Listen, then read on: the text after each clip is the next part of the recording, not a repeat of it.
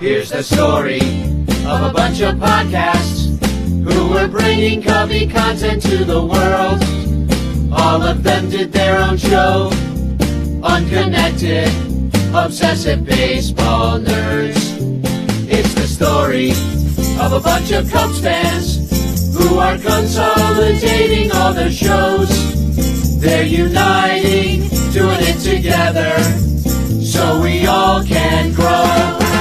Cup of Cubby Blues combining with Sunranto, Baseball Rabbit Hole and Cubs PS Plus. With Cubs Pod and Briggs behind the ivy, they're all teaming up to be the Bleacher Bunch, the Bleacher Bunch. We love the Cubs, that's the way we became the Bleacher Bunch.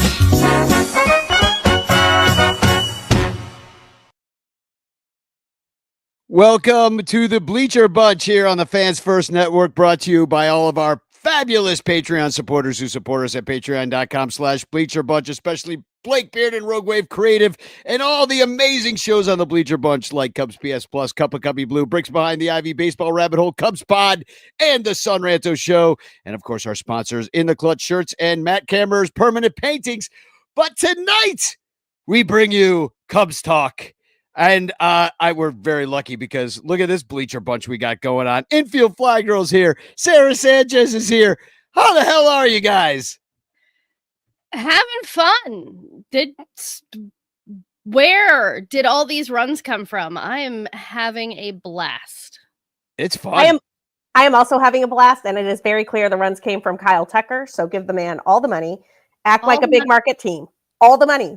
All of it. Just give the man all the money, sign him for the next 10 to 12 years, and let's keep doing this.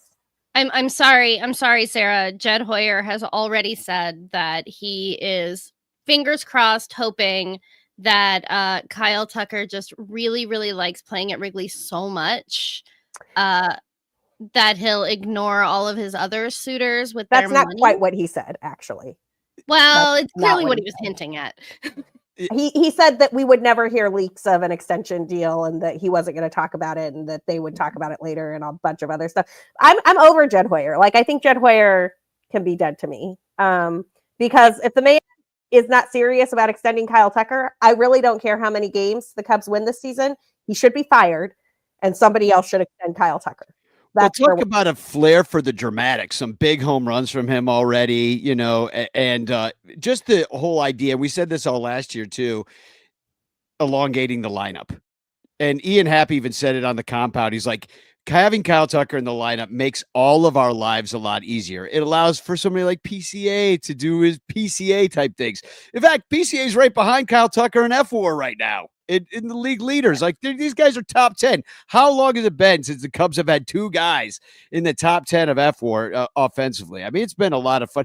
It was pointed out the other day on Bleacher Nation that this is the most fun way to win baseball games, which is with lots of offense. You know, I agree with that. Oh, it totally is. And I want to add a stat that maybe people weren't anticipating today. I want to talk about a guy named Yordan Alvarez, who is one of the best pure hitters in all of baseball. And Yordan Alvarez is off to a pretty slow start this season. The strikeout rate's the same. The walk rate's actually higher than it used to be. But he is hitting 221, 323, 338 to start this season. And he's a 296, 388, 575 career hitter for reference for people. And why do you think that is? And I have a hunch. And it has something to do with the fact that without Kyle Tucker and Alex Bregman in that lineup, Yordan Alvarez is the guy you can pitch around, which is why he's walking 5% more of the time and he's not getting the hits that he used to. And one of the things that we're seeing in Chicago right now has more to do with how much more you can get out of a guy like Ian Happ or a Seiya Suzuki or a Michael Busch when you have a Kyle Tucker in the lineup making things real for the pitchers. And I just think that's what the Cubs have been missing during the entire Hoyer era. It is obvious. That man deserves a 10 to 12 year contract with a number that starts with a 4 and ends with a lot of zeros, or starts with a 5 and ends with a lot of zeros. And if it doesn't get done, I will never forgive this team. Yep. Because honestly, if it doesn't get done with us, it's going to get done with someone else, and we're all going to be really, really mad about it. Well, and who the hell else are we going to get to do this to the lineup? They don't exist. Like it's Kyle or bust. So he's here now. I mean, and granted, I think anybody would fall in love with Wrigleyville. You'd have to be a pretty hard-hearted person to not fall like as a baseball player. Like it is one of the top 5 places to play since they've done all the renovations. Even the locker room's nice. It's not from the 1960s anymore, where it's like Leo DeRocher's like pit stains in the hanging up in the tiny lockers, but. It's a destination ballpark. And we saw that. Sarah, you wrote a hilarious article really going after some of the Dodger fans that marched through Wrigley. And I do have video. Can I play the video, at least some of it real quick? Please play the video, and then I'm happy to talk about this article. Yeah. So Dodger fans marched through Wrigleyville, and you can unmute yourselves and kind of narrate it if you'd like to. So Dodgers fans got marching up Clark on the corner of Clark and Addison. They're a group called Pantone 294. Anyway, it was a Dodgers takeover. And is it Pantone or Pantone? I think it's Pantone 294. I have no idea what that means. I'm guessing it has to do with like that being the color that Dodger blue is or something. I truly don't care. Look, this is the thrust of my article, and I'm curious what people have to say about it. But lots of fans come through Wrigley Field. We get a ton of visiting fans at this park because it's a destination ballpark. It's a lovely place to play. It's a historic federal landmark, and people want to come to Chicago to see their team play. And I love that. I love talking with all of you. I think it's fun when 30-40% of the fans are Cardinals fans or, maybe not Brewers fans. No, I'm just kidding. The Brewers fans are fine. Like Yankees fans, Red Sox fans, come through and see Wrigley Field. Enjoy it. Take the tour. Hang out with us. This was not that. By Kyle Tucker.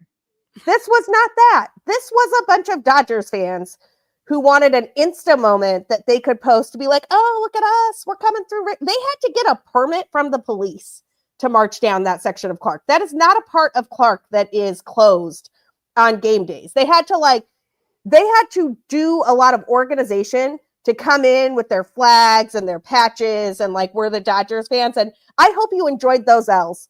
I hope those L's were sweet for you because I enjoyed those L's. March back to LA. I don't have very good experiences with Dodger fans. They punched Nicole, my wife, in the eye during 2016 playoffs. They gave her a black eye. There were fights but I saw a Dodger fan try to fight a Cubs fan holding a baby during that series against the Dodgers. They were violent. It's just, they nearly killed the Giants fan a few years ago. I'm surprised that they gave him a permit because, I mean, they don't even give like the peace movement a permit, but they'll give a bunch of Dodger fans who are up to no good because there were fights in the bleachers. There was a big guy got kicked out the other night and they were throwing stuff. I saw like one of the security guys that I always see at Wrigley go tumbling down the stairs trying to get this guy out of there. It's unacceptable. But I do have some hilarious news. Is that, Pantone 294 is the name of this group because it is the color of the Dodgers blue, but also, look at this. It's the color of the Cubs blue as well. Blue Pantone 294. So these freaking clouds, yeah, which makes sense because it really is hard to tell the two colors apart when they're in the stands together. It's really only the red that the Cubs have that sets them out. Well, the only other thing I want to add about this group, because, and shout out to the people, I was one of the many Cubs fans on Twitter being like, hope you enjoyed those L's. Imagine being this group and coming in to get swept. But a couple of people reached out to me to tell me this group has been accused of scamming people. So apparently they charged people like $600 to $800 to go to Tokyo for a watch party, but they didn't actually reserve a space for the watch party. So they just told people to go to a crowded bar. And a bunch of people who dropped a ton of money on like going to Japan to watch the Dodgers wound up not being able to like get in the bar. There was no organized watch party or anything. Anyway, it's all linked in the article. You can read the Reddit thread and you can read the comments from the Facebook group. But I just want to say that's trash, man. Like the only person who apparently made it from Pantone 294 to games in Tokyo was the dude who owns the group. And I'm sure he just took everybody's $800 and was like, score some tickets. So I don't know, man. Like, hope y'all enjoyed your trip to Wrigleyville. Hope you enjoyed those L's. We'll see you in October. I liked some of the comments that you put in your article. Matt Linder, our friend, he was in there saying, thanks for coming to the neighborhood and spending money. Hope you enjoyed your parade. Bye-bye. Broom, broom, broom, broom, broom, broom. And then you have our friend Alexis, the notorious LEX, say Sports Illustrated had tweeted out saying, Dodgers fans are taking over Wrigleyville. And Alexis said, then what happened? Yeah, not a fan of that fan base. I don't know. Have you guys ever had a good interaction with a Dodgers fan? I really haven't. One of my best friends is a Dodger fan. So right. He's cool. Shout out to John Kephart, who is the only person I want to talk to about the Dodgers. There's a really nice Dodgers fan who brought me back sunscreen from Japan, which was really nice. It's getting harder to find that stuff here, and girl needs it for the complexion. I mean, but it was freaking amazing. After, we lost the first 3 games to the Dodgers, and 2 of them being in Japan. And I don't even really count those games. They should have been exhibitions, in my opinion, even though it's fun that they count. Like, it's cool that they count, but they shouldn't freaking count. Like, nobody was ready, but we lost both. We didn't look good. We lost the first game in LA. And I'm like, I was feeling like, are we ever going to beat the evil empire, the Dodgers? And then we took the next 4. It looked really good in LA, scored a ton of runs. Their pitching doesn't look like it's all that. We faced them in 2 different bullpen games. And managed to beat them. They used 7 guys yesterday, 8 guys. It was they don't look that tough, and they still look like the best team in baseball. Like, that lineup is so deep, but we handled Ohtani like nothing. I enjoy this. I need to bring this up to everybody as the Ohtani slash line. Yes, 172 against the Cubs. 172. This is in 32 plate appearances. 250 OBP and a 310 slug for a 560 OPS. That is handling Ohtani, my friends. And look at Uncle Jeff, EB Softball, has a nice little picture of Clark the Cub holding little baby Ohtani in his arms because we freaking owed him. He's overrated. Let's face it. Ohtani. You're hurting IFG. I think it's kind of funny that he managed to reverse Tungsten Armo Doyle dad strength. I agree with that. I also would like to point out a stat that I found out this week that I think is incredible, and I'm very here for it. So the Dodgers have their showtime, which is Shohei Ohtani. And the Cubs have our showtime, which is Shota Imnaga. And Shota versus Shohei. Shohei is 0 for 10 against Shota. And you just know that Shota's like up there, like every time he's facing Ohtani, he's like, I'm going to do something new. You're not going to see this coming. Take that. And I love this for us. I mean, we weren't able to neutralize Betts, and Betts had kind of come out of the gate a little slowly because he had been sick, I think, and now he looked like he was back to being Mookie Betts in this series, batting second. But the lineup is so deep, Freddie Freeman, and then Oscar, what's his name? Teoscar Hernandez. Teoscar Hernandez. By the way, Tommy Edman, man. Tommy Edman is a Cubs killer. Someday I'm going to write a Cubs killer thing about Tommy Edman. God. Oh, please don't say Edman. I'm having flashbacks. No, it's so. I mean, how is he? I mean, he's the Eugenio Suarez of the Dodgers for sure. I mean, it's got to be one of the top 5 Cub killers out there right now. Yeah, he's probably like top 10 amongst the Cardinals all time, but he's definitely been destroying the Cubs with the Dodgers. But shout out to Josh at the Oregon last night. Every time Teoscar Hernandez came up, played I Love Trash from Oscar the Grouch. I love trash, from Sesame Street. You know that one? I know it. Am I dating myself? I mean, this is an old one. You're talking about. Okay. I'm old too. That's true. Not quite as old as Not me. As old as me, though. Old. So anyway, it is freaking awesome. They feel beatable, and they've been really exciting games. To come back and like never give up. And I know these are cliche things that teams say, "Oh, we never give up," but they really don't, because they came back and won. It's different. It's different this year. They never give up. That's great. I'm going to need to see it stretch into May and June before I truly believe, because last year we had a good April too. And I will say, though, the Cubs had the hardest schedule in baseball this April by a lot. Like what they've gone through, both in terms of the teams they've already played and in terms of the schedule, was insane. So to come out of that with this record and being so far ahead of the NL Central is incredible. I do want to see what happens as we keep moving through the months, though, because this team has had a tendency to falter in the past. I will also say, to give the Dodgers a tiny bit of credit, their starting pitching strength is not quite where it's going to be later in the year. The Cubs did not have to face Shohei the pitcher, for example. Right. I think that it's still a really good Dodgers team. It was super fun to watch Miguel Amaya hit one into the basket to tie that thing up on Tuesday night. That was incredible. And then Ian Happ just like, I'm going to end this game immediately. I kind of had like heart palpitations going that we were going to get into another extra inning situation, a la what happened with the Diamondbacks. And no, Ian was like, I'm having none of it. We're just going to end this right now. And I appreciated that. Couple basketballs in this game. PCA put one in the basket too. And I don't know if you're seeing any of this basket hate on Twitter. I can't believe it. This is only a home run at Wrigley, blah, blah, blah. And I'm like, your team can hit them in the basket too if they want. And they didn't. We did. So I don't know what to tell you. We've had plenty of opposing team basket shots that have broken our hearts. It's nice for them to bounce in there for us every now and again.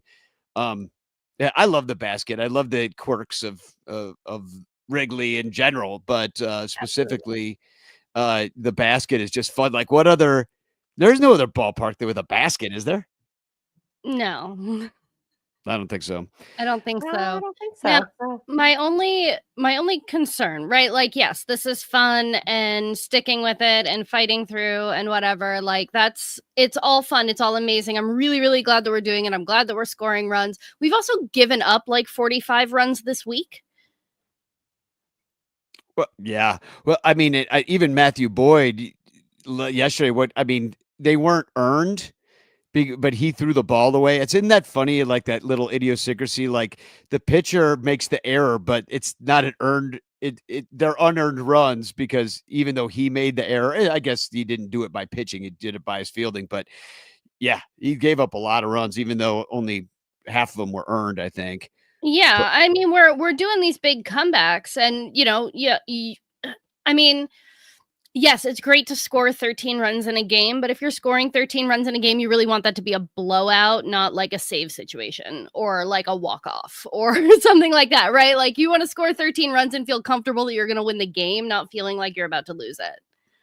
Well, I'll give you some stats about it because, everybody's throwing out our incredible offensive stats where we're first or second in almost every single category, up there with the Yankees. And the only other teams that are in our division that are doing anything, the Cardinals have a good batting average. They're second in batting average. It's not that it's resulted in a lot of wins. And the Brewers, they're stealing a lot of bases. And the Cubs are first in stolen bases. So they're doing it with power and the speed. I mean, as the song says, we've got the power, we've got the speed to be the best in the National League. Yeah, so Steve Goodman coined this years ago.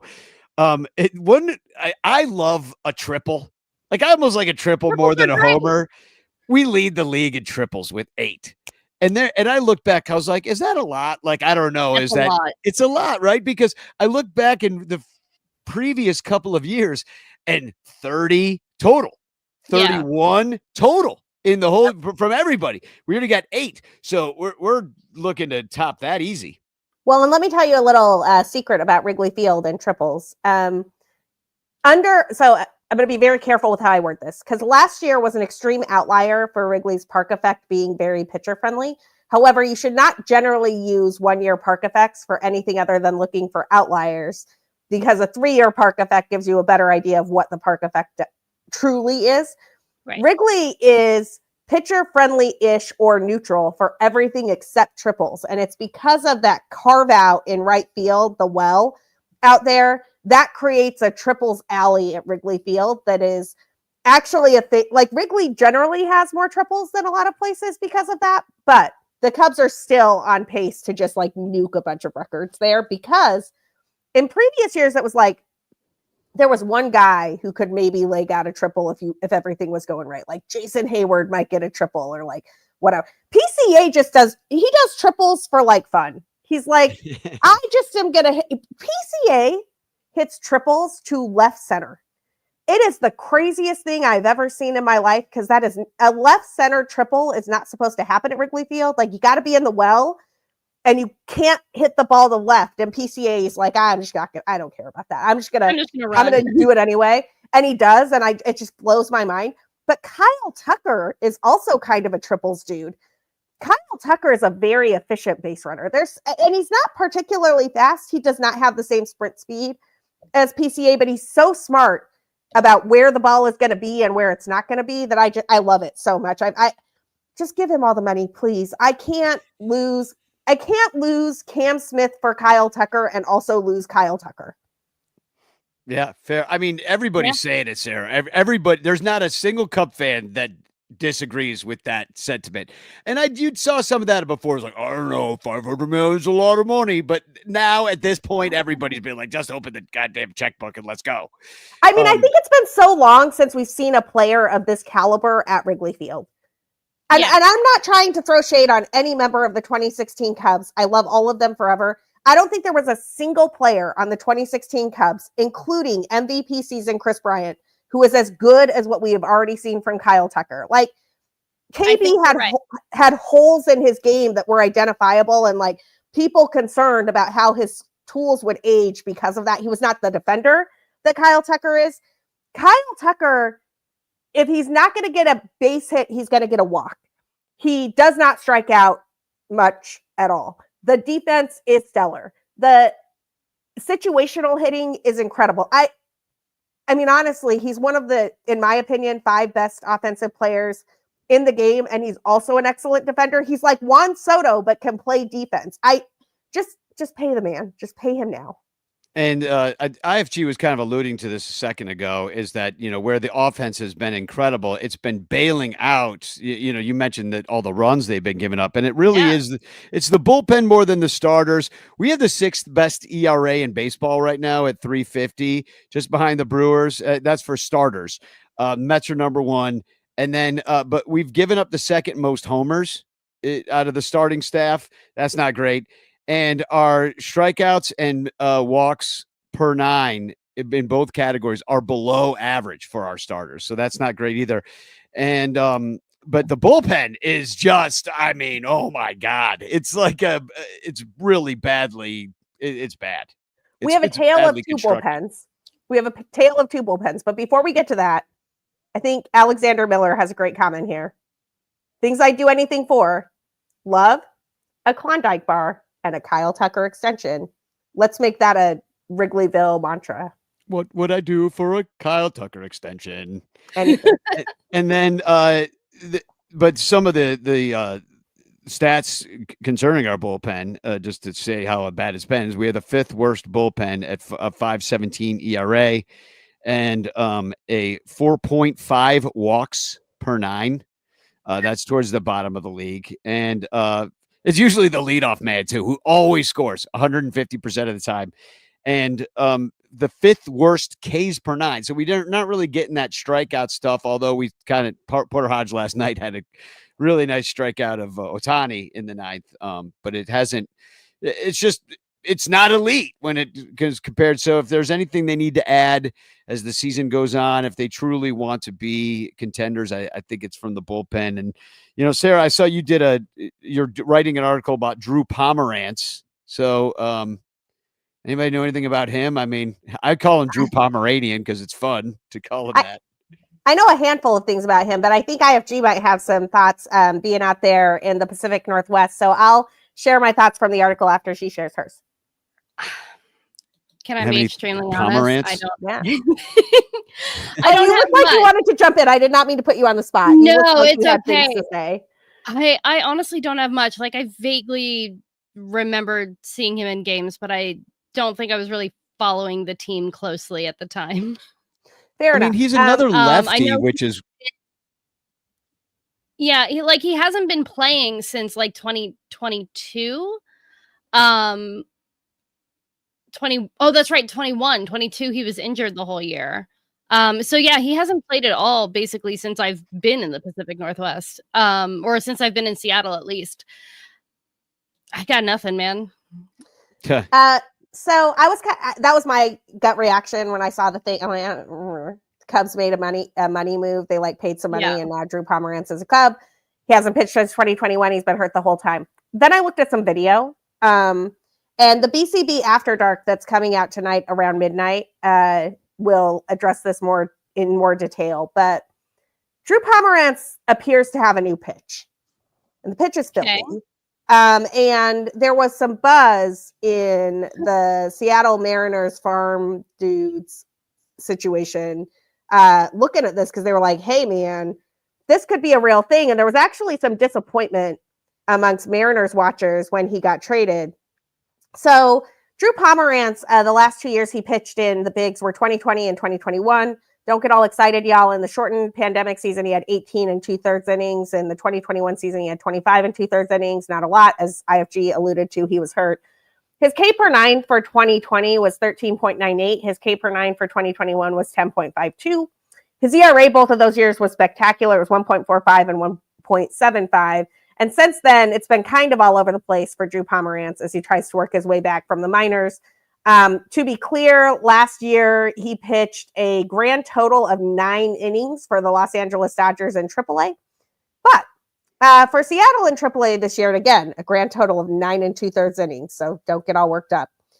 It's a 13.03 K per 9, a 5.59 BB per 9, with a 4.66 ERA off a 3.36 FIP. But the thing people are excited about is this pitch.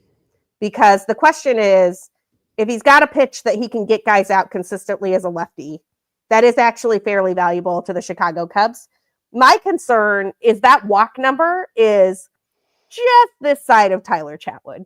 Tyler Chatwood was a 7 to 8 walks per 9 type of guy, and this is not that much better. So I'm sitting here thinking, am I going crazy? Like, do I really not remember seeing this person play at all? Like, do I have a brain worm? No, he's never actually pitched for the Seattle Mariners. No, he's been pitching in the minors exclusively for like 4 years. He has 9 appearances for Tacoma this year, and prior to that, we don't know him. Dodgers, Padres, Milwaukee. He has been a Mariner for less than 10 innings. It's tough to see him being It's tough to see him being a really adequate replacement for Justin Steele ultimately. Like maybe you could piece it together with a couple guys. No. But he's not a starter, so he's definitely not a replacement for Justin Steele. Like this is not this doesn't do anything for the Justin Steele situation. This just puts a lefty reliever in the pen. This is actually just a giant question mark. Because like he might not even he hasn't done anything in years. Well, and it's a question mark similar to what the Cubs just did by signing Michael Fulmer to a minor league deal. It's like, I don't know, like there was a hot minute where Michael Fulmer was a reasonable reliever, and then the Cubs tried to do it again, and it didn't work. And now they're like, you know what this says to me, actually? And here's the big takeaway with Drew Pomerantz and Michael Fulmer and all this stuff. The Cubs are signing big names to small deals because they have nothing they can pull up from AAA that is going to fix this bullpen. And they don't want to pay what it's going to cost on the trade market to get anybody you haven't heard of who's actually pitching really well. And so they're trying to backdoor this by spending a teeny amount of money to backstop a broken bullpen. And I want to be very clear, like the Cubs have a good A bullpen. The Julian Merriweather to Porter Hodge to Ryan Presley bullpen is fine. That bullpen's pretty good. And if you can get the pitchers to the 7th, kill it. The problem is that Julian Merriweather and Ryan Presley have had injury issues in the past. They can't pitch every single day, and Porter Hodge isn't that proven. Didn't Presley just have his knee drained? He did, which is why Porter Hodge got a save Tuesday night. But with the number of off days in the early season and some other stuff, like the Cubs can kind of piece together off their A bullpen, but their B bullpen is a disaster. It's a disaster. It's one of the worst things I've ever seen in my entire, like, Eli Morgan can't get it out. He's back in, I think he's hurt now, actually. Like, Luke Little couldn't do it. That was a disaster. He's back in AAA. Gavin Hollowell looked good, and his reward was going back to AAA. Like, Daniel Palencia, hit or miss, throws 100, back to triple. You know what I mean? Like, this is not, they Iowa have shuttle. a very good A bullpen, and they don't have anything after those three guys. And that's a problem. And you don't necessarily have a starting staff that's going to go like super deep into games either on a regular basis when you consider Matthew Boyd's lack of innings, Ben Brown just kind of getting his feet wet still. We need to take a quick break, and when we come back, we're going to bring on Sandra Marchetti, who is our the Bleacher Bunch's poet laureate. I would say if we're the only Cubs podcast affiliate that has a poet laureate, as far as I know. So kudos to us for caring about the arts. But we'll be right back. We're just going to play a quick commercial break. Hashtag Chance in the chat. I did not mention that at the beginning of the show, that you could win a Frank Chance postcard sent to you by me with a message of love and doom tonight, and be eligible to win a much better prize later in the year. But also, if you'd like to support us at Bleacher Bunch, it's patreon.com/Bleacher Bunch. And it's how we pay for tickets and beer and really keep the lights on here at the podcast and keep all the great shows here on the Bleacher Bunch coming to you early and ad-free. And anyway, here's a commercial to tell you all about it, and a commercial for our friends at In the Clutch. These are brand newish commercials, so I hope you enjoy them. I think they're funny, and I hope you do too. As soon as I find it, I'll play it. And here it is. The Bleacher Bunch brings you great shows like Sun Ranto, Cubs PS Plus, Bricks Behind the Ivy, Cuppa Cubby Blue, and Baseball Rabbit Hole. But you could be getting so much more when you subscribe to our Patreon page for as little as $1 a month at patreon.com/Bleacher Bunch. Get access to our exclusive daily show Cubs Pod, where we recap every single game. Plus, be the first to hear Cubs music, get early access to events, and receive an invitation to join our Discord Cubs community, where fans just like you show up every day to rant and rave about our beloved boys in blue. Most importantly, 10% of your Patreon pledge will go directly to help the Lost Boys Youth Baseball program. So join us. There are perks at every level, like the Renter Calendar, absolutely free, and name recognition for you or your business. We are independent Cubs podcasters, and we need your support.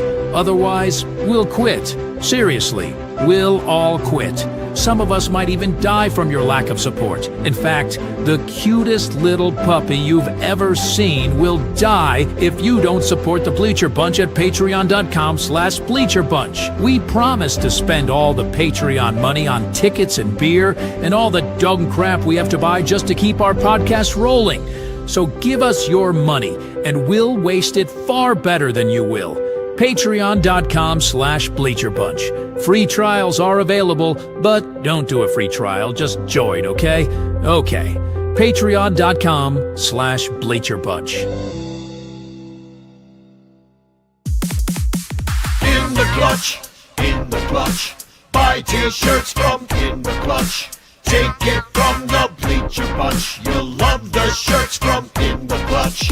In the Clutch shirts are comfortable, stylish, and guaranteed to get you laid. Plus, they're proud sponsors of the Bleacher Bunch. Use promo code Bleacher Bunch for 10% off your purchase. Nice to feel and soft to touch. That's why you will get laid so much.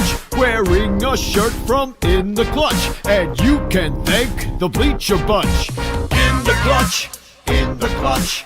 Buy t-shirts from In the Clutch. Remember the code Bleacher Bunch. Save 10% at In the Clutch. In the Clutch. In the Clutch. In the Clutch shirts actually not really guaranteed to get you laid. Welcome back to the Bleacher Bunch. I want to drop a link real quick in the chat. And I mentioned in the Patreon commercial that we give 10% of our monthly pledges to the Lost Boys. I got to go to the game on Levante's tickets last night. And I got to go last week as well on Levante's tickets and hang out with some of the Lost Boys crew. He had a few extra tickets. He called me up. So it was great to see him and the crew. Coach Jay was down there. I saw Coach Smith. So, they're on the South Side. Levante's a Sox fan. And and the Cubs, I got to give them kudos. They are making inroads and being like, hey, Sox don't love you. Cub fans, we love you. Come on up. Here's a bunch of tickets. We want the kids to be into it. So, I don't normally give credit to the Cubs, but I will in this case but last night I was there on Mookie Betts' tickets. That's who gave Levante tickets. So that's pretty cool. Wow. I just shared a link in the chat where Chris Salato is doing his birthday fundraiser. His birthday is Sunday, and he's doing his birthday fundraiser on Facebook for the Lost Boys. I'm going to add our entire quarterly pledge to them, plus all the money from the basketball tournaments, because I was going to give that all to Levante to check. But then I'm like, hey, let's add it to Chris's thing and let's make it big, baby. So join on. Hashtag chance in the chat. And the other thing I wanted to point out is that Matt Kammerer has only a few of the opening day Bleacher Bum Band posters left. Please go to his Etsy store. It's the Permanent Paintings Etsy store, and check that out. There's only a couple left. He only printed so many, and they're almost gone. So, all right, more art. Let's bring her on. She's the poet laureate for the Chicago Cubs. Let's talk a little bit more Cubs before we get to some poetry. But here's Sandra Marchetti, award-winning poet. It is exciting. I'm so happy to be back with you guys. It's been a moment. You've written a whole book since the last time we saw you. Diorama coming out. Yes, it's right here. I just unboxed these like just the other day. So I also feel an overpowering wave of feminism. I feel like maybe this is the fourth wave of feminism just on this podcast. So I'm enjoying that immediately. I am too. And Danny's a good guy to hang out with all of us Cubs loving women. Absolutely. Yeah. I got sisters. Yes. No, I feel like Danny's included in the feminist I'm absolutely a feminist. Yes. I mean, but I grew up with baseball loving women. So, I mean, this is no strange thing to me. Let me ask you, Sandra, have you been to Wrigley yet this year? Yes. It's crazy. My 76-year-old father and I are like, we live in the burbs, right? I'm not going to make any bones about that. We live in the burbs, and I go to games with my dad. I go to about 10 games a year with my dad, and he's 76, and we're throwing him right through the gauntlet in April, 3 games in 10 days. And he's like in great health. Like, don't let me fool you just with, naming his age, but he's like, I'm too old to be doing this. I'm like, bullshit, like, so we're doing our 3-mile walk, like to and from the car where we park the car, and he's staying out really late, and we're partying, but like right now, like we're 2-0, and we're going to Sunday night baseball against the Phillies, and we're hoping to make it 3-0. So Hell yeah. I feel like things are good. Cubs strength of schedule is, obviously very intense. Well, it's intense right now, but that's when all the good teams are at Wrigley. So we're heavy on the April games, what can I say? They've been impressive, I think, and the point was made on one of the podcasts I was listening to that not only, I think it was Bricks Behind the Ivy. They said, it's good that we're beating the teams we're supposed to beat, and like you play the A's and stuff. You're supposed to beat them. And we did, but we're also beating the teams that are hard to beat. And that's what's exciting. That's definitely what's exciting. Like I've been listening for the last like 15 minutes or so, and I have to agree with Sarah's point about bullpen A and bullpen B.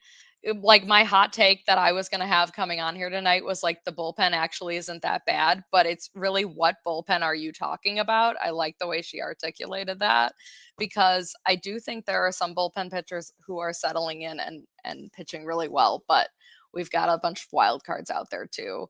But I agree. I mean, I think we need to keep beating those teams we need to beat. And we've got a bunch coming up. We've got a couple series against the Marlins.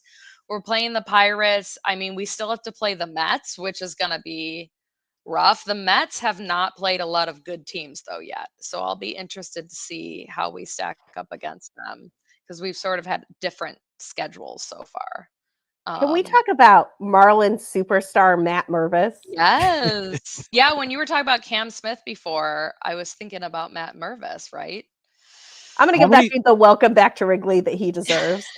Let's go around the horn. How many home runs will Matt Mervis hit against Cubs pitching when we see him? How many does he have already? Does he have like That's a 6? great question. Last time I looked, it was 5, but I'm sure he's hit more since then. Yeah. Yeah. 6 or 7. I would not. I say he hits at least 3, like 1 a game. I think he's just going to crush Cubs pitching. He's up to 7. Oh, wow. Nice. Oh, my God. Okay. I love this so much for Matt Mervis. I mean, honestly, His OPS plus right now is a $1.48. Okay, he's He's got mashing. that one not working. And isn't it crazy how the Cubs just and now we got all the excuses in the world for it to like, well, you know, not under the bright lights of Chicago down and not playing for anybody. I'm like, you know, half the games he plays is on the road, you know, and he's still hitting dogs there too. It's not like he can only do it when there's only a minor league crowd in attendance, you know. It's just ridiculous how they just like, nah, we don't need that guy. We got Michael Busch, which I like Michael Busch a lot, but like, there's ways to shuffle that around and still have Matt Mervis on your team, considering you have Justin Turner on the team. Technically, they were like, we don't need that guy because we're going to get Vidal Brujan. And I don't know what I want to bet on this. I'm not really a bettor. I'm bad at actual wagers. There is no world where this season ends and Vidal Brujan has a better OPS plus than Matt Mervis. No world. Not going to happen. 0 chance. I like how Vidal Brujan has run the bases, and his walk-up song has the best vibes of anybody on the team except Carson Kelly. And there's no way. Sorry. And the other one that they broke camp with was Gage Workman as the Rule 5, and then he olayed a couple of balls and got his ass DFA'd, and now he's I guess probably going back to the Tigers or something. But you know, you said you break with Matt Shaw too, and you're like, he's our third baseman, and then they're like, well, not really. He doesn't hit enough. He's not ready. We want him to go work on some stuff, and so now you end up back in the situation we were in last year when you went and got Paredes, when you went and got what's his name who was on the Reds that used to be a Cub. Who am I thinking of? The other third baseman we got the year before, Candelario. Candelario. I'm actually. So the thing that I saw this week on the third base front that I actually think is super important if you're Matt Shaw, the line for Matt Shaw to come back before Monday was like, be better than John Birdie. And that's totally doable because John Birdie's like a 95 to 98 WRC plus guy. He's not a starter. He steals a lot of bases, but he's not like, I mean, the line of be better than John Birdie is like here. Now the line is be better than Nicky Lopez, which is Nicky Lopez is like he's going to hit 250. He's not going to do anything exciting. There's not a lot of power. He has some speed, but the defense is good. Matt Shaw needs to clear a 250 batting average to get his job back, and that's a higher line than clearing the John Birdie line. John Birdie struck out 4 times last night, so it shouldn't be this difficult. Yeah, but John Birdie's not the line anymore. Nicky Lopez is the line. Yeah, well, Birdie was in there last night. I mean, is Nicky Lopez even on the team? Is he? Yes. Did he play in this series? Nicky Lopez has been given a contract for the Chicago Cubs, but he has not played yet. Yeah, he came probably because he hasn't played since spring training. I mean, nobody picked up Nicky Lopez after the Cubs were like, "Hey, we're not going to use you." But I think Nicky Lopez is going to be our third baseman, and I think Matt Shaw is going to have a hard time clearing the "we believe you can hit 250" line. And Cam Smith, meanwhile, showing off on Sunday Night Baseball, and I would just like to say Cam Smith forever. The last thing, and then Sandra and anybody else, I'll pass it back to you. I realized earlier this offseason that my MLB alerts are just a Jed Hoyer grievance list. Because my MLB alerts are set for Wilson Contreras, Kyle Schwarber, Christopher Morel, and Cam Smith. Yeah. Yeah, all third baseman, pretty much. Well, not Kyle Schwarber, but we'll see Kyle this weekend with the Phillies coming into town with Nick the Mhm, Stick and the mhm. Bizarro Cubs, I like to call them, because it's what the Cubs could. Bryce Harper could have been a Cub, What all the these Cubs should have guys. been. Yeah. Yeah. Not a bad team though, although they're not doing as good as Cubs this year so far. So, Entertaining to watch for sure. Sandra, do you want to talk about your new book? I mean, first of all, I want to say that you wrote another book, which is how we are even like on this whole tip. Aisle 228. That's my photograph on the cover. Yes, this is I'm super Danny's proud of that. artwork. Yeah. Well, Yes. it got more artified by your people, who would Yeah, actually. they made it into a design. It Yeah. was, Mine was but it was just. a great photograph to begin with. So Thank you. I'm honored to be on the cover of your book, but that's a book that you wrote about sitting in aisle 228 at Wrigley Field. So, yes, and before they it's an renumbered awesome the book. sections. I'm gonna share a link for it while you read us in the chat while you read some poems, because it is. I just want to bring up that I've given this book to people as a gift before, and they love it because it's a unique Cubs gift that you can hand to somebody. Nobody else has a Cubs poetry book. It doesn't exist. You're like the only one with one, That is and true. you won an award for Did. this book. I did. What's the award? Which you publicized on your social media. I I did noticed like right before I logged into this. I was like, "Oh, there I am." with this Um picture with your yes, that award. is the picture. Yes. And just so you know, most of the time poets do not receive trophies. That's not really a thing in our industry. So, of course, as a baseball fan, I was delighted to actually receive a trophy for this. I felt like, wow, this is really real. So, yeah, it was the best baseball poetry book of 2023. I think there are some people who don't believe that's a real award. Like, how many baseball poetry books are there? But there actually are. That is a genre. Like, that is a thing. And lots of ex-players write poetry. Turk Wendell wrote some poetry. I mean, there are ex-Yankees I could name. So I was really blessed by that. And I mean, this book has found an amazing audience with people who are not um poetry readers but are Cubs lovers, and I'm just really grateful.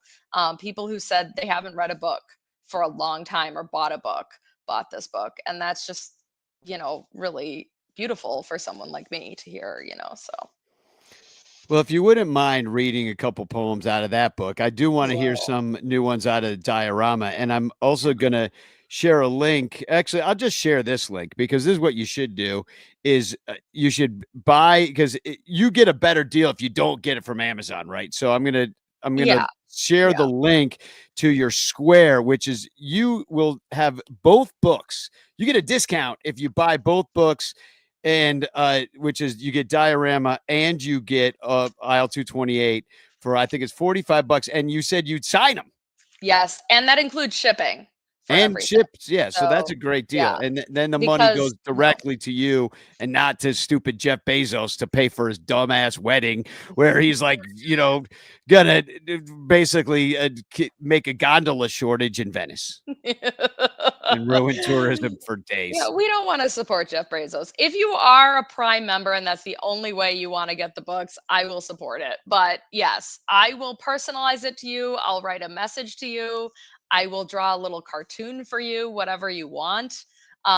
Just I think I should say too, um, you need to send me your address. So um my email is sandrapoetry@gmail.com. I didn't tell Danny that. I sent Danny a shit ton of links, but I did not tell him that I need your address. And I think in the link to buy actually it has my email, but if not, it's sandrapoetries@gmail.com. So Cool, I'll put um that up right now. sorry.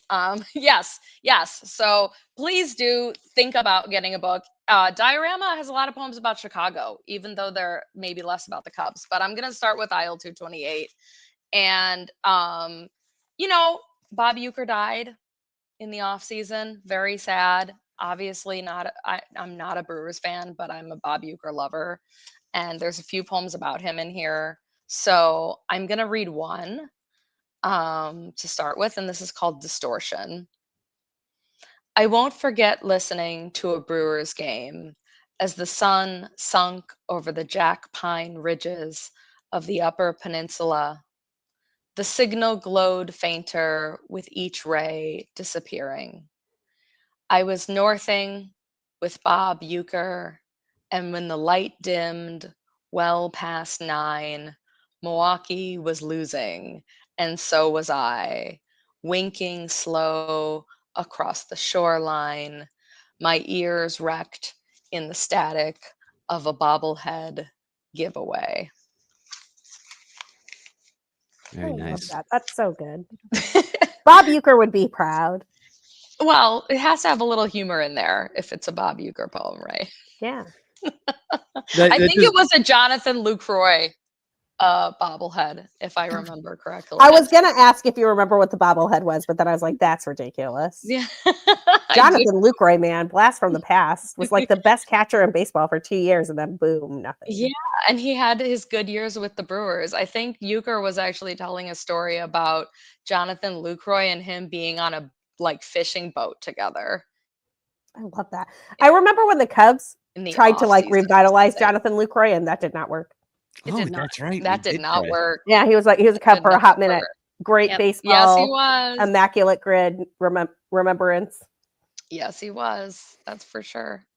And then the second one I'll read from here is about great defense. So I think this is the only mention of an advanced metric in this book, although there might be others, but the title to this is but it's in honor really of this year's team too, because we know how great at least some of our defensive players are this year. So as you guys were discussing before. So this one's titled "The 2016 Chicago Cubs Led MLB in DER, Defensive Efficiency Rating, and some consider them the greatest defensive team of all time." How things have changed maybe in 10 years, but that's okay. Snatched from its trajectory, the catch hauled and slung. Hands work the blur, a balance, picked, juggled, and with one flick, sunk. Have you seen a net before? The web of the glove is what it was. I feel like that poem was written about Javier Baez, and I'm just like saying that in my mind. Sure. My brain went there too as well, Sarah. I was just like, oh, because the moment you said 2016 Cubs and the defense, I was remembering that, and Rizzo picking it too, and the team was just tight. They just played well together. Yes. Yeah. It's interesting with this squad, which is also really good defensively. They're almost too good defensively, we've noticed, in that, Ian Happ is a hell of a left fielder, but, still just he's a left fielder. But him and PCA, they're taking these routes to balls, and, they've got to have these conversations every now and again because they're both good and they can get to the ball. And, sometimes it's a little chaotic out there. I feel like PCA is going to end up shrinking Ian Happ's range this year. Sarah would know better how to describe this, but because he is, obviously going alley to alley and catching everything. And I think that probably the metrics will be a little less favorable to Happ just because of PCA. I agree with that. Wrong. No, it's not wrong. I agree with that. It actually, so two things here. One, in 2015 or 2016, I made a map of the Cubs defensive positioning. And Kyle Schwarber had this tiny corner in left that he was responsible for. And Chris Bryant had this little sliver of the left field line that he was responsible for. And Javier Baez had just the map, right? Yes. It was these guys have their own discrete zones, and everything else is Javier Baez, and he's just going to do it because he's Javi. And the second thing I want to say about that is, if you are not watching Tigers baseball to see Javier Baez center fielder, you are doing it wrong. Because if we want to talk about routes and efficiency and things we have not seen, I don't know, man. Javi plays center field like a shortstop. Yeah. Which means he's just running down balls to the exact spot and throwing his glove out and basket catching this stuff. And it's the coolest thing I've ever seen in my life. And it's so Javi. They gave him his magic hat back. Oh, good. Does So anybody good. remember when he was a Cub, he said center field was his favorite position to Yes, play? it was his And he first played it as a position. kid. Yeah. Yeah, he played Yeah. it. I was listening to the Bleacher Nation podcast the other day, and they play this game at the end of it, and they were trying to come up with the spring training lineup for opening day of spring training in 2016, and they were just who was on it, and Javi was playing center in that lineup, Okay, and there you so go. yeah, it was a thing. It could have been a thing if if it Javi was playing second. What a waste that was. Yeah. I mean, I For a want year. to hold on. I'm going to read a little thing here just because, Javi's the best. But this was from a piece on MLB earlier this week about Javier Baez, center fielder. And everybody's like, oh my gosh. And this is in the middle. It says Baez has a lot to do with that. It's about the Tigers running the NL or the AL Central, basically. Not only has he shown an ability to handle the job, he has an enthusiasm for it that not many saw coming. His opportunity to play the position he handled growing up has helped set up a new phase to his career, transition from the everyday shortstop with an uncertain future to a versatile role player on a contending team. We're here to help the team, Baez said. Everybody's available to help the team. There's many times here to play different positions, and we have a lot of guys that can do it. If I can stay healthy, I'll do whatever, man. I can even catch if you need me. And it reminded me that the Cubs' emergency catcher was Javier Baez. Like one of the reasons that Joe Madden felt like he could use all of his catchers was because he knew that in a pinch, he could put Javi at catcher. And I love that so much, dude. I want him to thrive. He's hitting like 250. He's no longer an MVP candidate. But if he can hit 250, play excellent defense in center field, and play for a Tigers team that is contending, I truly believe El Mago's coming back because that man thrives off vibes. That's a big field too, right? The crowd. Oh, it's a huge field. He caught a ball yesterday that had a 950 expected batting average. It's one of the coolest plays I've ever seen. And Jason Benetti is calling it. I'm like, this is great. This is all good. Watch more Tigers games, people. That was my dad's team. I could see getting into that. So, Sandra, you got a new book. So I do want to hear some new poems before we run out of time here. But that's a beautiful cover, too. I did not take this picture, but it looks like somebody with actual photographic talent took it. Well, this is a okay, here we go with being obvious. So it's called Diorama, and this is an actual diorama. So it's one of the Thorne miniature rooms at the Art Institute of Chicago. So if you've ever gone downstairs at the Art Institute and looked at the little mini rooms, this is one of them. And this was professionally shot. So somebody shot it and it's in the public domain. So that's how I got to use it. But this book really, it's not as baseball centric, although I'm going to read one poem with baseball in it, and there are a few, but it is Chicago centric. So if you love the city, if you love the culture of Chicagoland, whatever, that is, I think, the tie-in for a lot of people, so, but I will start by reading a poem at the beginning of the book called Semblance. And this one has a baseball tie-in. So, and it also explains the title a little bit more. So it's handy in this case. Semblance. Easter's pale pink, green, lilac, blue. I mute you. I will not sing across the hay-thatched grass as the songbirds do. I see in the hue of a winter not yet gone. The sun slips from stripped trees, and between the irises, Glick does not remember the daffodils, gentle in their clusters, clutching at the yellows of their own throats. A couple playing catch slides from view. Still the diorama assembles. The scene runs true. I love your rhythms. You're so good. I love the rhythm. I mean, just the daffodil imagery was incredible. Yeah. We love a little dangerous daffodil, right? So there's this book by Annie Dillard, who is a noted baseball fan, actually. She's an essayist, and she's very famous famous. Some of you might know of her, but she wrote a lot about nature being a dangerous place and how we often don't like really think about it that way. We're thinking about pretty flowers and walks in the grass, and actually, it's pretty scary. So, Yeah, that's real. but you'll oftentimes find, even in the non-baseball poems, there's somehow somebody playing catch in the background. So in that poem, they made a little appearance.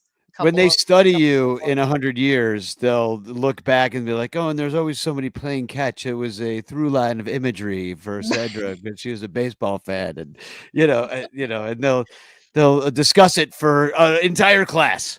I could only be so lucky. I am writing this article right now for this magazine about writers and baseball. And what I found is there's a lot of women writers, especially, who were huge baseball fans. Annie Dillard is one, Marianne Moore is another, who barely wrote about baseball at all, like they did in their letters to their friends, but not any of their literature, because they thought that, they would be chastised for it. So that will not be the case for me. If you've ever taken Lakeshore Drive to Wrigley Field, this next poem's for you. It's called US 41. On the second full of the second season, the rose blue moon stops Chicago like a cork. Bicycles chase the lake. I ride the starred drive, a carpet vacuumed up to the Drake, to lakeshore condos. Its escape of bracken beaches punched through with legs. Water begs them, pedaling to the loom.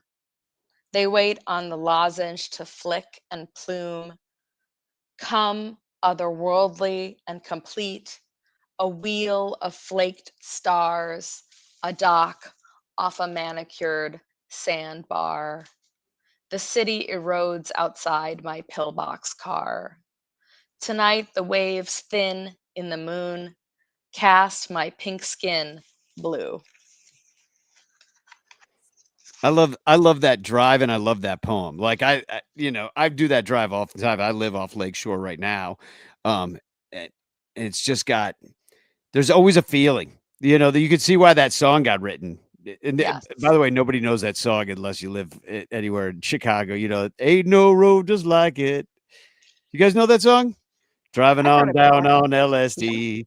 That's because you didn't Yeah. grow up in Chicago, IFG. So that's like basically the song from was it 60s? Probably 70s. Early 70s? Early 70s, and it's just like I don't even know who sings it. Driving on down on LSD, something the trouble. It's got this piano part that goes, and it's just it's such a poetic drive if you've ever done it. And that's like I bike it all the time, so that's you even mentioned me in the poem Yes. biking down the drive.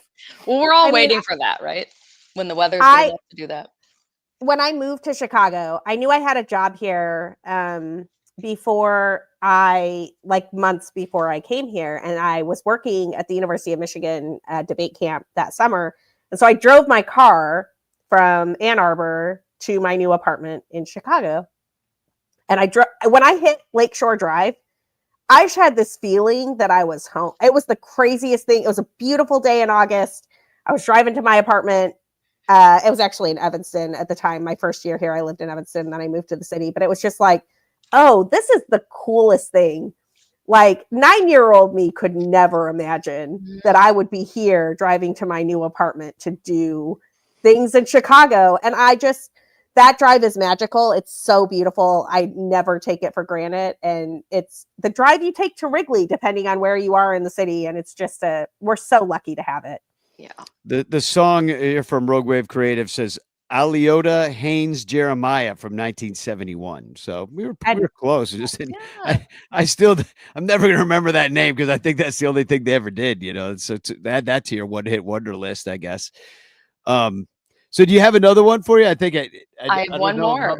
Oh, you do. Cool. Yeah, I can do one more. And I've got another Chicago pick here. This book also there are a lot of references to influences, whether they're like other artists or Aisle 228 has a lot of broadcasters. So this is another thing that I like to write about is my own influences. So there's a couple of poets that are mentioned in this poem. You don't really need to know who they are, but if you hear names, that's who I'm talking about. But Edward Hirsch is a Chicago poet, and he wrote this poem about taking a walk with his grandfather over one of the bridges over the Chicago River and eating cotton candy. And it's a beautiful poem. It's just called Cotton Candy. And you can find it online. So this is sort of my little, I decided to write a poem about his poem because I thought that was a beautiful image. So this is Breath. Tonight the library is near silent, just a soft blown breeze the ducks receive, a brittle wind within the stacks. I want to read Strand's The Untelling, or of Hirsch's loss as he crossed the Chicago River, drawing in cotton-candied air with his grandfather. I want to hear the suck of the air through the vents and breathe, suffocated by the sweet of it. I feel like Chicago is a great muse for a poetry book, and everybody should buy this book and then read the book and be and maybe you'll write a poem about Sandra's poems. Yes. I always tell people when they come up to me after readings, they're like, you should write about this. And I'm like, I appreciate that I'm making you feel creative, but if you're inspired by that, you should write that one. Yes, exactly. And I'm sure all writers get that. I'm sure Danny and Sarah, everybody here has got that when they, yeah, many times, almost daily, almost daily. Yes. Yeah. Hey, you want to take us to the game tomorrow? Do you want to go to the game tomorrow? Me? Against the Phillies? Yeah. Oh my God. I can send you some tickets if you can go. Oh, you're too kind. No, I need a break. I have to get my air conditioning in my car fixed. It's fucked. So that's so sweet of you, but I'm going to take a pass. Yeah. Well, we'll do it again. We'll have to do it sometime this year. And it's been a while since we've hung out actually. And, just kind of shot the shit, and we don't always sit around and read poetry with each other. Sometimes we hang out and Cubs Carol. There's look at this great picture. There's Scotty and Sandra, and we've had a good time together in the past, and I hope to do it again soon. And bring your lovely husband. I like hanging out with him too. He is a sweetie. He is not as big of a Cubs fan as us, but he's a supportive spouse, and that's what's important. Okay. I do want to say really quickly, if anybody who's listening is in this area, and I probably should have sent Danny the graphic, but I can still do that.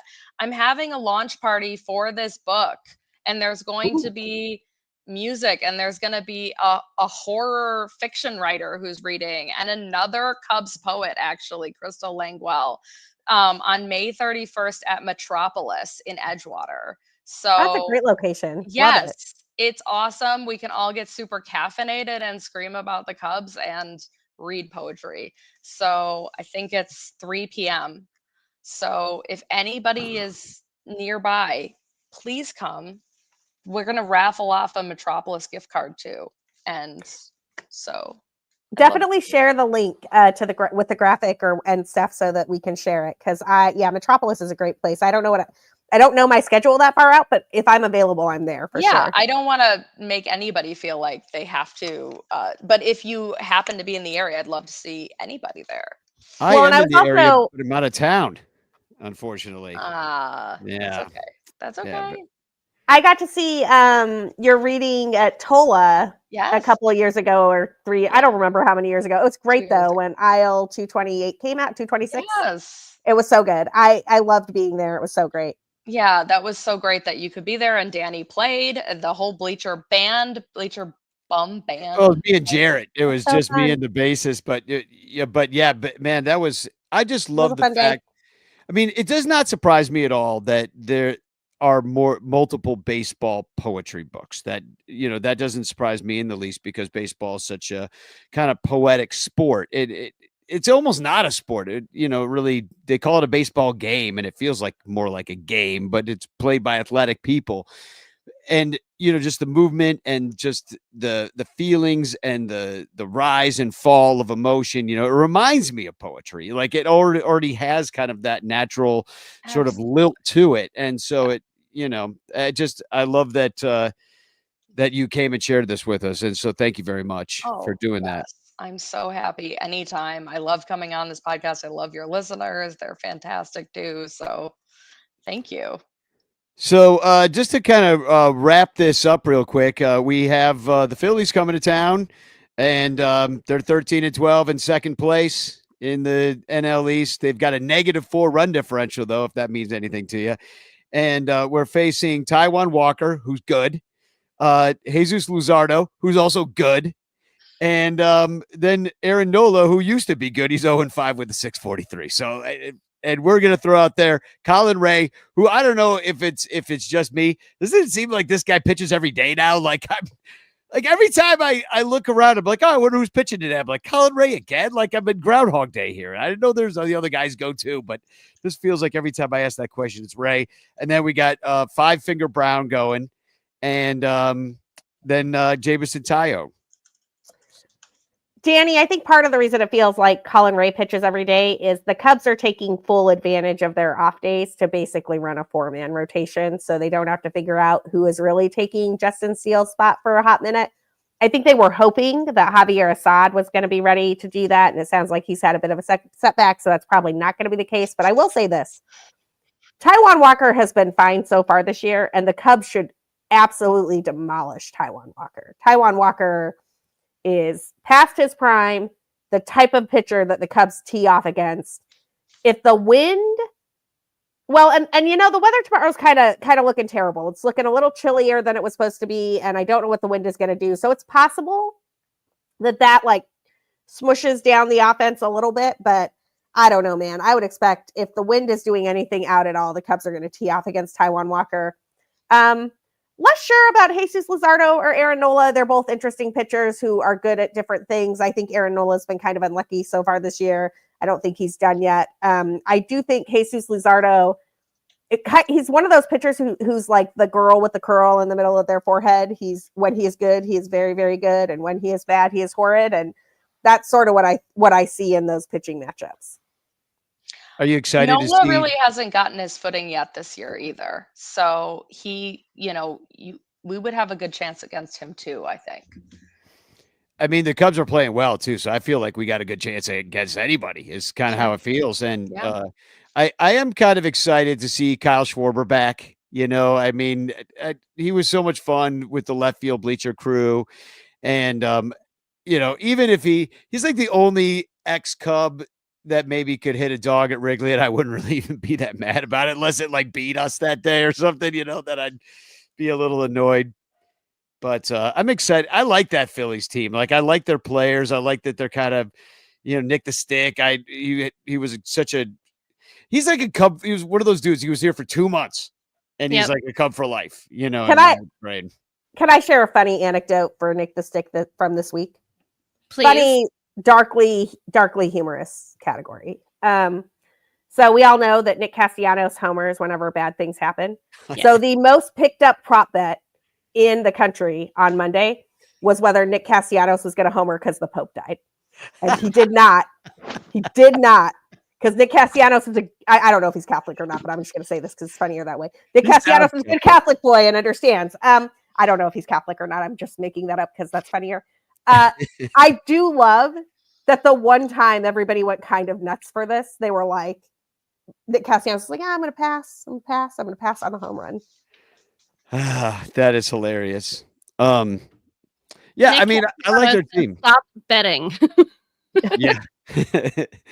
Yeah, I mean, I like even Bryce Harper, who I think is kind of I've always kind of loved to hate that guy. I do like watching him play, and I do wish he could have been a Cub. I think things would have been different the last bunch of years if we had gone that direction. We would have had our Kyle Tucker, quote unquote, this whole time, and his name would have been Bryce Harper. It would have been great.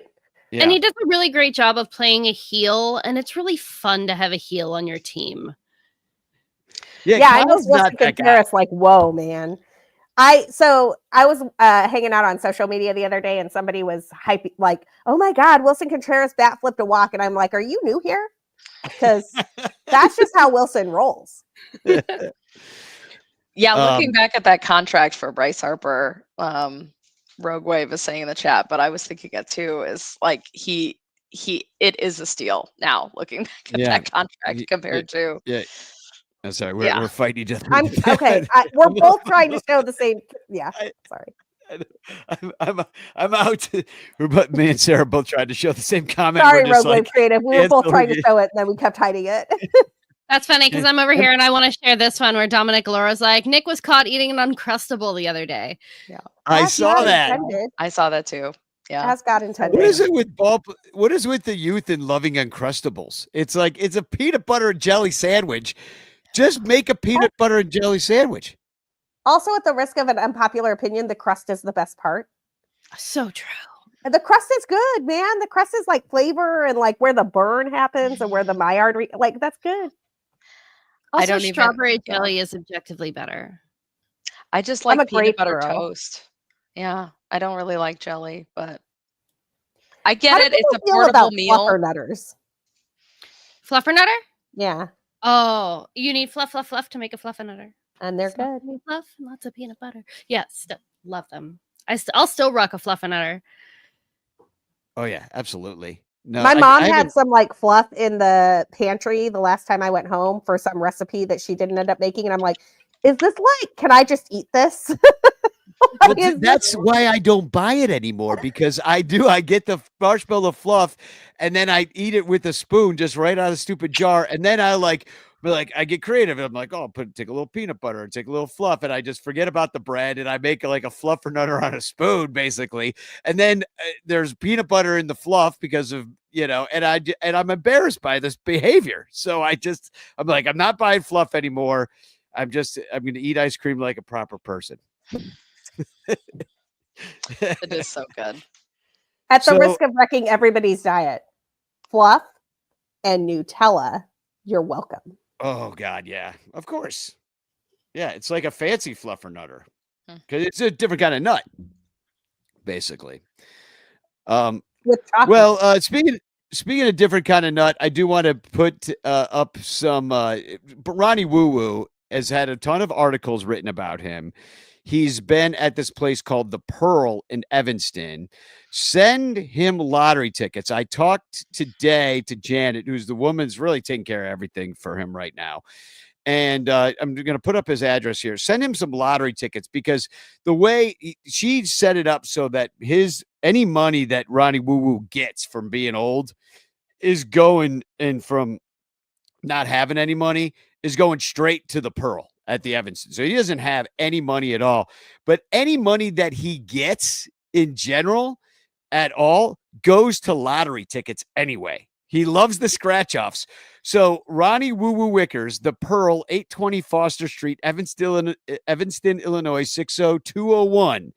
And throw a couple of lottery tickets into an envelope, because money doesn't work where he's at now, but lottery tickets make him very happy. I want to shout out also Rogue Wave Creative, who not only sent a little bit of he sent $15 to give to the Lost Boys to add on to Chris Salato's birthday fundraiser, which I will do, but he also sent $100 for Ronnie Woo Woo to get an iPad so that he could watch the game. Since that time, Ronnie has gotten to it was Stuart McVicker from Club 400 went up and set him up with a whole TV set situation so he can watch all the games now. Janet said as she was coming off the elevator to come visit him the other day, the game was on and he heard Ronnie screaming at the game from down the hall. So, this is keeping him strong. It's keeping him alive. Every single article that was written about him says, I'm getting back to the game. So we're talking about today how that's going to look, what that's going to look like. We got to get a couple tanks of oxygen and do all this stuff to make that happen.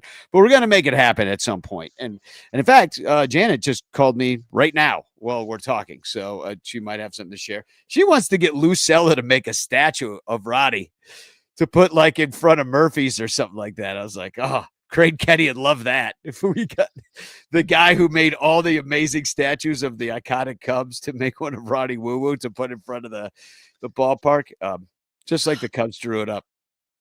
So anyway, please send him and hashtag chance in the chat, and we can pick a winner. How about that? As everybody hashtag chanced in the chat, because it's your last chance to get into the chance. And let's pick a winner.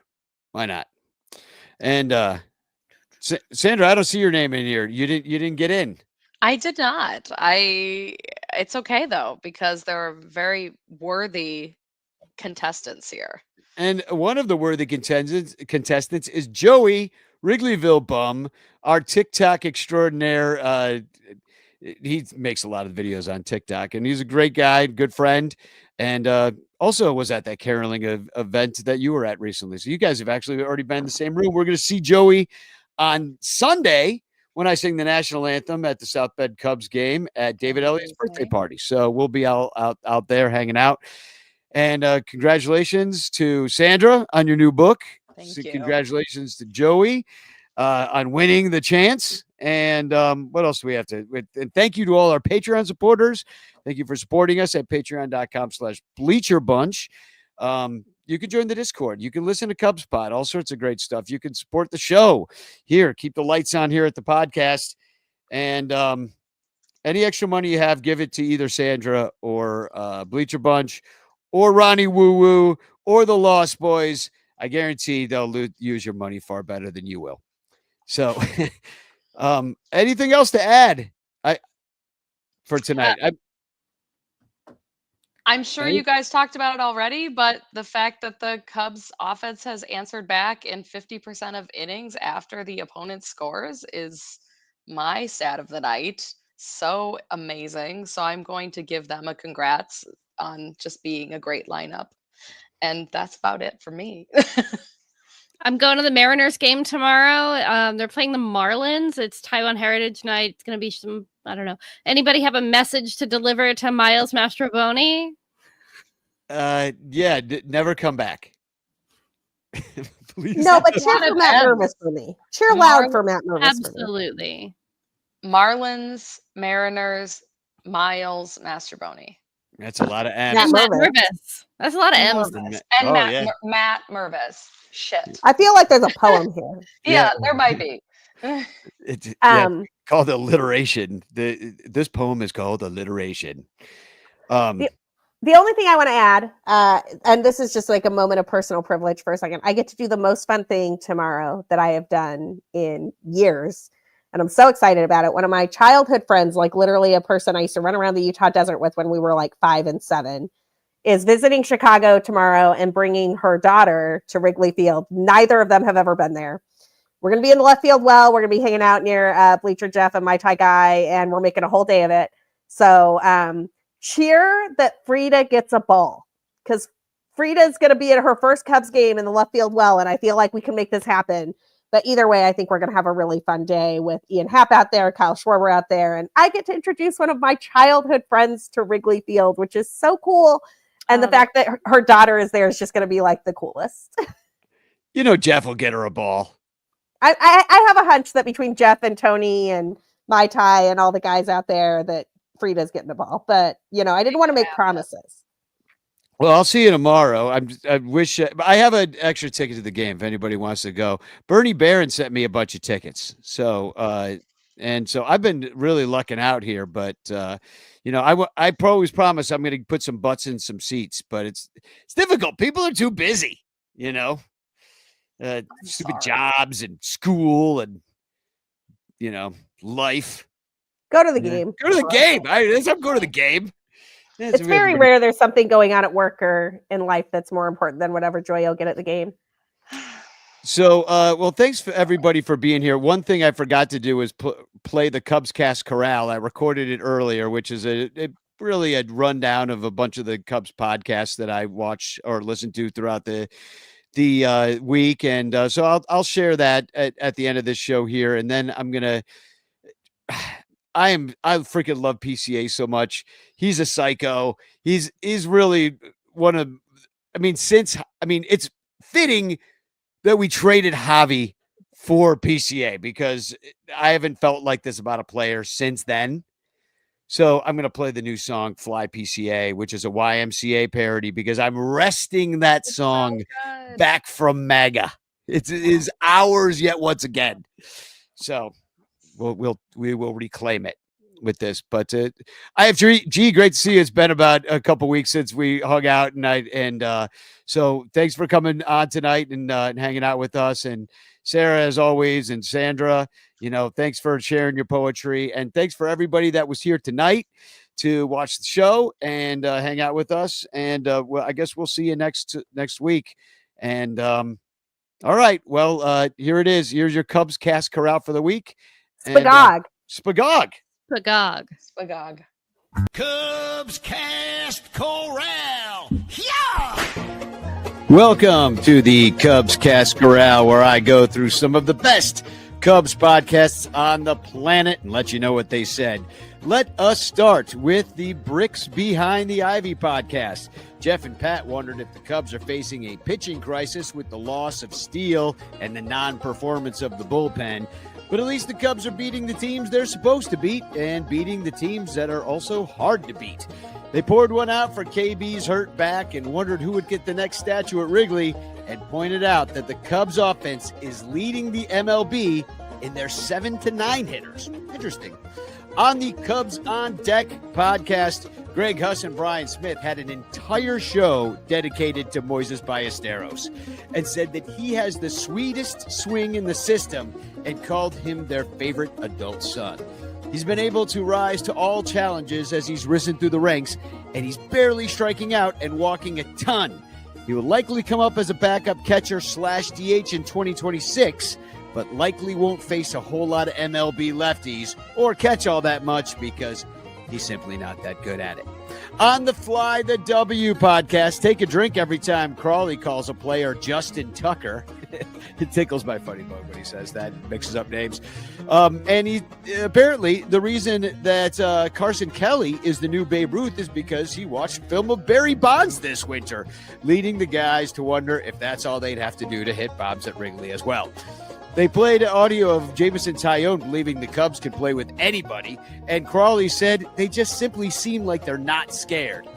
In reference to Max Fried's scorer reversed no-hitter, there was a Cubs history tidbit about how Kevin Ory committed an error that was actually called a hit during Kerry Wood's 20K game, which would have made it a no-no. I did not know that, or I didn't remember it anyway. Anyway, Crawley predicted on the Fly the W podcast that the Cubs would take both games against the Dodgers, and he, my friends, was right. On the Compound podcast, Tom was surprised to learn that Ian was up for podcasting on a Sunday night after being twice delayed on the Easter Sunday game, but Dakota said that Ian doesn't need to be fluffed for it. It was only a short delay. Also, Dakota was gushing that the Cubs seem so resilient. He said the resiliency is sick. They even talked about how Ethan Roberts didn't get the win in that crazy comeback game because of a brief and ineffective rule, which I didn't even know about. I have to look that up. And Ian said that teams being preoccupied with how to face Tucker is making everyone else on the team's job a lot easier. There was a hilarious conversation about how the Cubs would be the best team to fight because they aren't really fighters, and that the only psycho on the team is really PCA, which we all knew.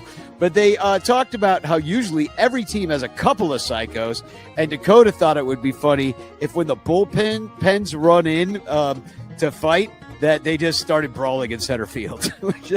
That would be hilarious. On the Bleacher Nation podcast, Brett and Michael are just loving the Cubs right now because the most fun way to win games is with your offense. They feel like we're still not probably as good as the Dodgers, but that if the Cubs keep playing like this, they might not need to be to win in the postseason. They also hoped that Matt Shaw would at least hit well enough at AAA to come back up and play third base because, we don't have a third baseman. And then finally, on the Patreon-only Bleacher Bunch Show Cubs Pod, I just want to point out that Michael Cotton was the first person to point out that Shohei Ohtani is the most overrated baseball player to ever play the game. And that, my friends, is your Cubs Cast Corral.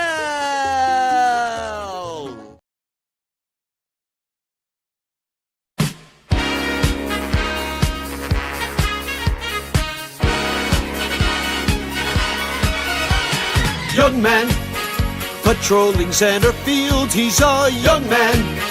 Defense, power, and speed, really something to see when he's playing for the Cubbies. Young man, sliding safe into home, he's a young man. Cuts him down with the throw, stealing bases. He's always gonna go, doesn't matter who's the catcher. It's fun just watching him fly. PCA, hits and runs and he dives. PCA, he does everything for Cub fans to enjoy, making the other teams annoyed. Fly PCA, slide PCA. Pete Crow, always running so fast. Pete Crow, burning up the base paths. Fly PCA, dive PCA. Pete Crow, always covering ground.